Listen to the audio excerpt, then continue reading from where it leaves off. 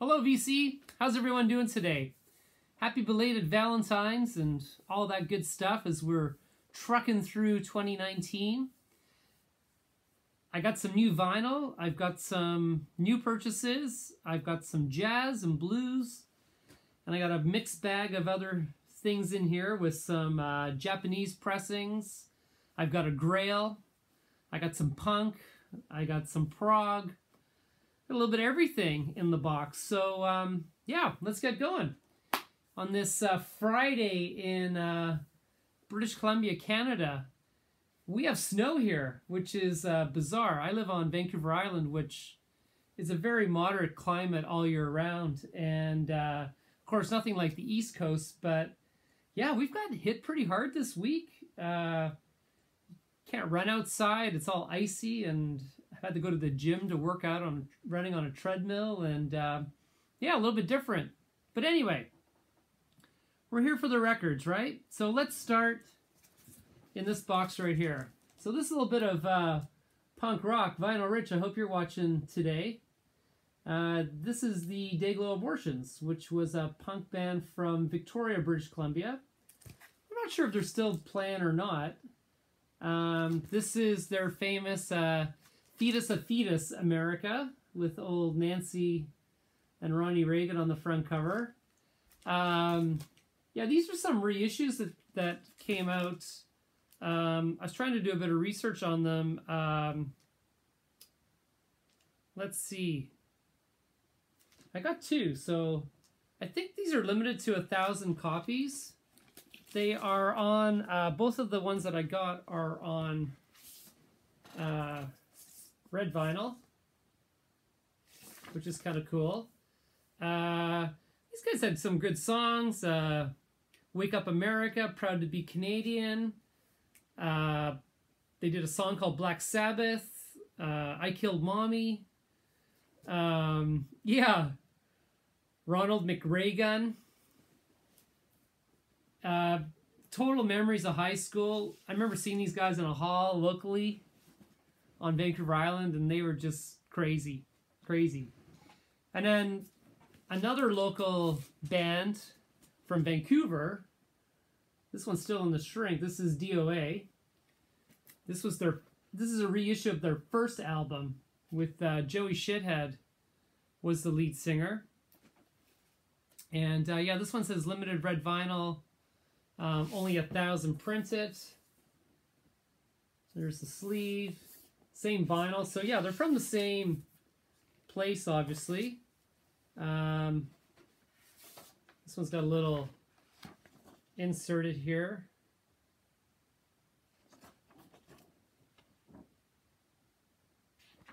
So you can order all sorts of stuff. Sudden Death Records from Burnaby, BC, Canada. I'll have to look at that more closely. I actually haven't had a chance to peruse that.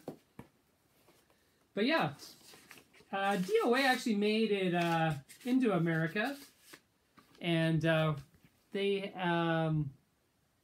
you know, Too Drunk to Fuck was their... No, that's the Dead Kennedys. What the hell did they have? I'll have to look it up. Anyway, DOA. And then we got adding to my Brian Eno collection. This is a beautiful 74 Canadian pressing of Here Come the Warm Jets, which was Eno's first album when he left Roxy Music. This is in beautiful condition. It's on one of the old Island labels. And yeah, really doing well with the Brian Eno. Really coming along nicely. And this is a great album. You can hear that early Roxy Music in there. And yeah, I was super stoked to find that in beautiful condition. This one I picked up just on a bit of a whim. It wasn't expensive. This is kind of a Forgotten Stones album, and this is Black and Blue, with just a fantastic album cover, when you open it up, the gatefold, it was designed so that you would see Mick's eye on the spine, you know, when you filed it. And yeah, this was obviously a radio station copy or something that's been cut out. And yeah, on the Stones label. This was the first full album with Ronnie Wood. And you know, it's a good album. It's not a great album, but it's a good album all the way through. Fool to Cry and Hot Stuff were the two main songs on here. And, you know, it's a good listen. Black and Blue by the Rolling Stones. Here's another good pickup. This is the Beatsy Boys, Paul's Boutique. This is the one that has something like, I don't know how many hundreds of samples from so many different types of music. Everything from the Beatles is sampled to other hip-hop artists to everything in between. That's on the Capitol. Is that Capitol? Yes. It's a Beatsy Boys own version of Capitol. Here, I know what I should do. I just got new glasses and I've been trying to get used to them. They're like progressive lenses. So let's see how that is. Oh yeah, it's Capitol Records. There you go. This was a dollar bin find. A little bit of Wilson Pickett, best of. The album, the cover's a bit beat up. Got a signature on it. And the vinyl is a little scratchy. It's on the old Atlantic. Actually, the vinyl's actually not bad. Having a look at that. So that's a good pickup. That starts to fill my soul, my Sam Cooke and my Wilson Pickett and my Otis Redding and all that kind of stuff. That's all coming along nicely. Here's another blast from the past. Remember these guys, Living Colour, Vivid? I saw these guys live. They opened for the Stones on the Steel Wheels tour. Cult of Personality, I believe that was the hit song, right? Includes Middleman, Desperate People, Memories Can't Wait, and Cult of Personality. Vernon Reid. The album was produced by Mick Jagger, which was why they probably opened for the Stones, and I think he makes a couple of guest appearances on the Epic label. Nothing fancy. It's kind of cool though. It's still on the shrink. It's got the A&A sound, which was a Canadian store. It was $7.99 at the time, but still has the hype sticker, which is kind of cool. And then this is an album I've wanted to pick up out of curiosity. I don't really know the work on it. I'm familiar with Emerson, Lake and Palmer, but this is Tarkus. And this is a 71 UK. I mean, it's worth it just for the album alone, isn't it? For the artwork. Look at that. This is in beautiful condition. You know, for 1971 UK pressing. Yeah, in beautiful shape. Nice to have that. That's on a different island label. It's nice to see all the old different island labels. I gave this a spin. Yeah, it's cool. Like I can see the. It's definitely an acquired taste, but I can see why people like it, and you know, just good old prog rock. Emerson, Lake and Palmer. I mean, all three of them are super talented, but you can really feel. Is it Keith Emerson that plays the keyboards? You can really feel. Yeah, Keith Emerson, Hammond organ, St. Mark's Church organ, piano, Moog synthesizer. Greg Lake is the vocals and the bass, electric and acoustic guitar, and of course Carl Palmer plays the drums. There you go, Tarkus.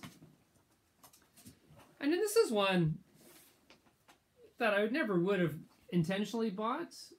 Pink Floyd collection of dance songs, although it's a redone version of Money, which is kind of nice to have. But again, this is just in beautiful condition. This is an original Canadian pressing.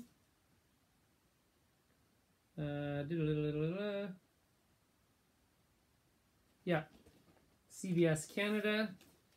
There's the original insert. And yeah, Kelly's was an old record store in Western Canada.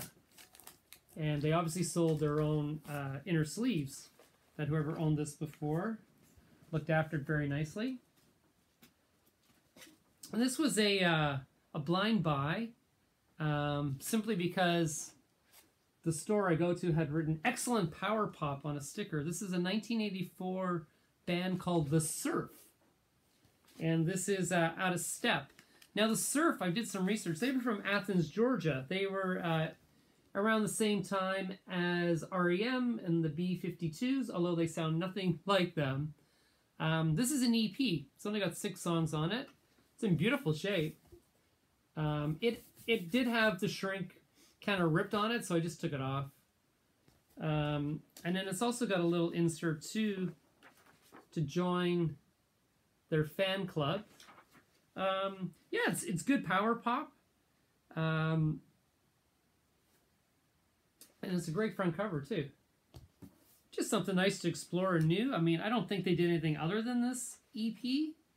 Oh yeah, and the label's kind of cool too. It's obviously they had it maybe done as a local label, but it's got the same as the cover on the front, so that's kind of cool. And yeah, just a blind buy. Anyone heard of The Surf or anything about them? You can comment below. Anyone from Athens, Georgia watching? And then this next lot is some Japanese vinyl. So the first one I didn't have the obi, but this is the monkey's head. Just in beautiful condition.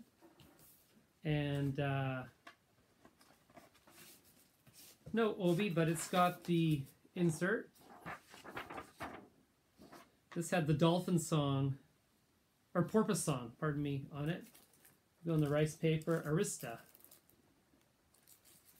is what that's on.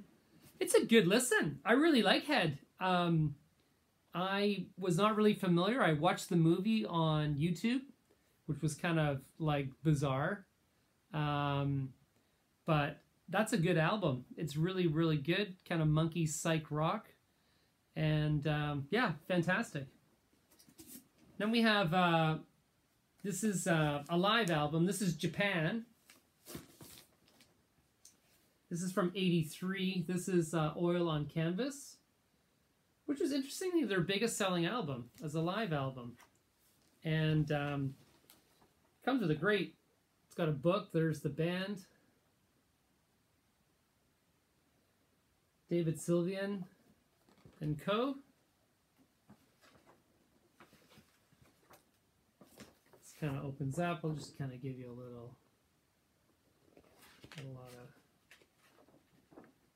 There's the lyrics in English, and kind of a cool shot of the band performing live. It's got the obi strip. This is a double album. I'll just show you one. It's on a nice virgin, so it's on the red, green, just immaculate shape. And yeah, really, really good listen. I think Japan were like, I think they're a totally underrated band. Like, I don't think I've heard really much of anybody talking about them. And yeah, really happy to have that. So that's a Japanese pressing of Japan. Then we got a little Band on the Run with the obi. This was just an upgrade to move from the...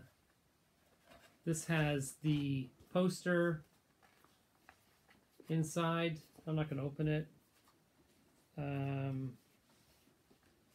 it's got some other stuff inside that I hadn't. It's like a little booklet that's not stapled together, so I'm not sure if it's a poster or a booklet. Oh, I guess it is a booklet. Kind of that way.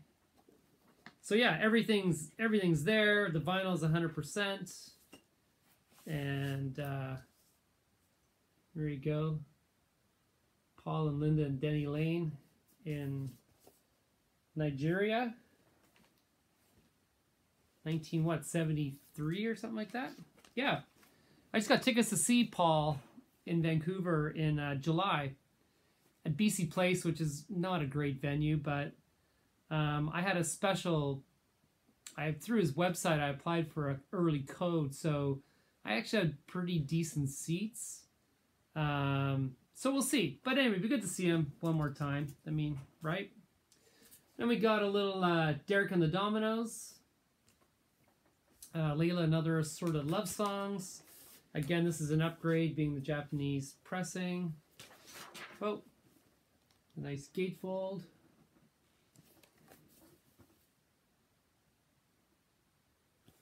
With the Obi. This is on just the RSO. Nothing too fancy with that. And that was the insert that fell out. It's got the lyrics in English on the one side. It's got a little bit of damage on it. A little picture of EC up there. Sounds beautiful. I've had a good listen to this. And yeah, Little Wing, Layla,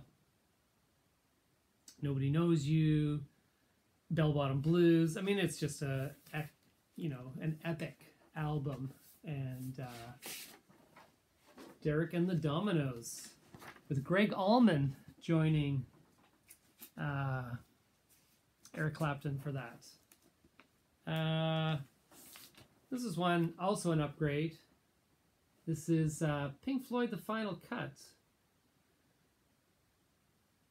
Which, a lot of people are doing these, ranking of Floyd albums. And this one always ends up in the first couple. And I gotta say, I disagree. I'm a big Final Cut fan. I mean, big Final Cut fan.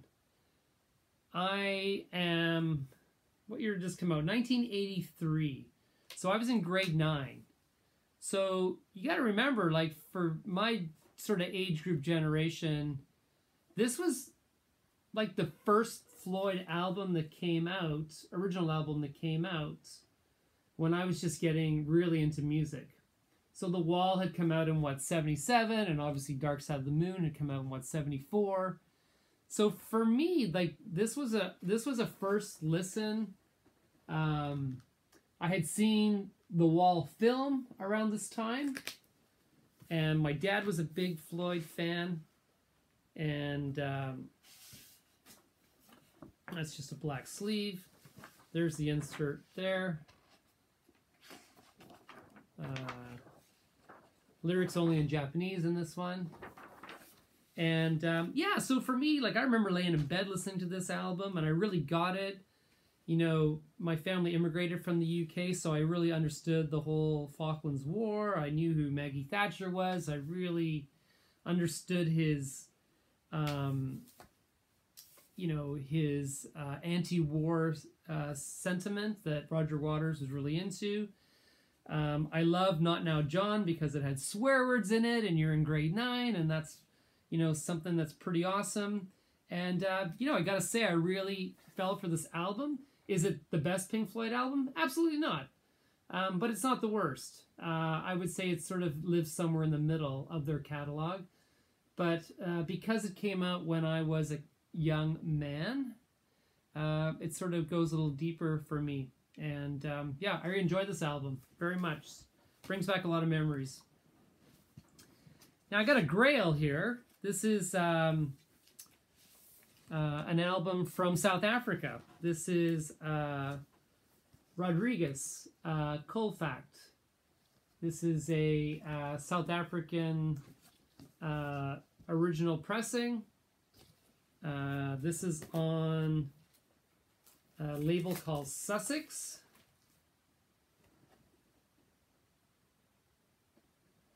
This is a little mix of psych folk, psych rock, folk rock, singer-songwriter, that kind of style. I'm sure most of you are familiar with Rodriguez from the film Searching for Sugar Man, which is one of the best music documentaries out there.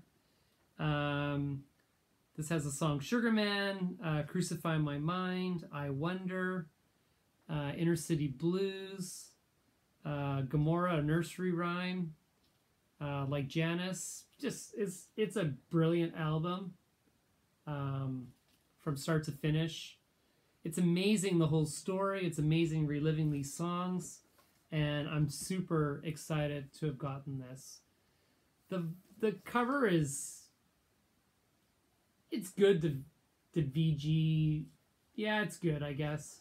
But the vinyl's perfect, and it plays wonderful, and I'm super happy to have that. Yeah, so that's what are we at? 21 minutes. Okay, let's fire through a couple of jazz and blues and get those out of the way so I can file them away. I got a nice double Muddy Waters here. Nice gatefold. What's this called? Just the Chess Blues Master Series on the Chess label. Nice orange chess with the light blue. Sounds pretty darn good too. Plays well. It's got a ton of the big Muddy Water songs on it. Louisiana Blues, Honeybee, Kind-Hearted Woman, I'm Your Hoochie Coochie Man, Long Distance Call, Rolling Stone, Baby Please Don't Go. I mean, there's not a bad track, obviously, on that. I don't think I paid a lot for that, and I've said it before, you can't not buy Muddy Waters, right?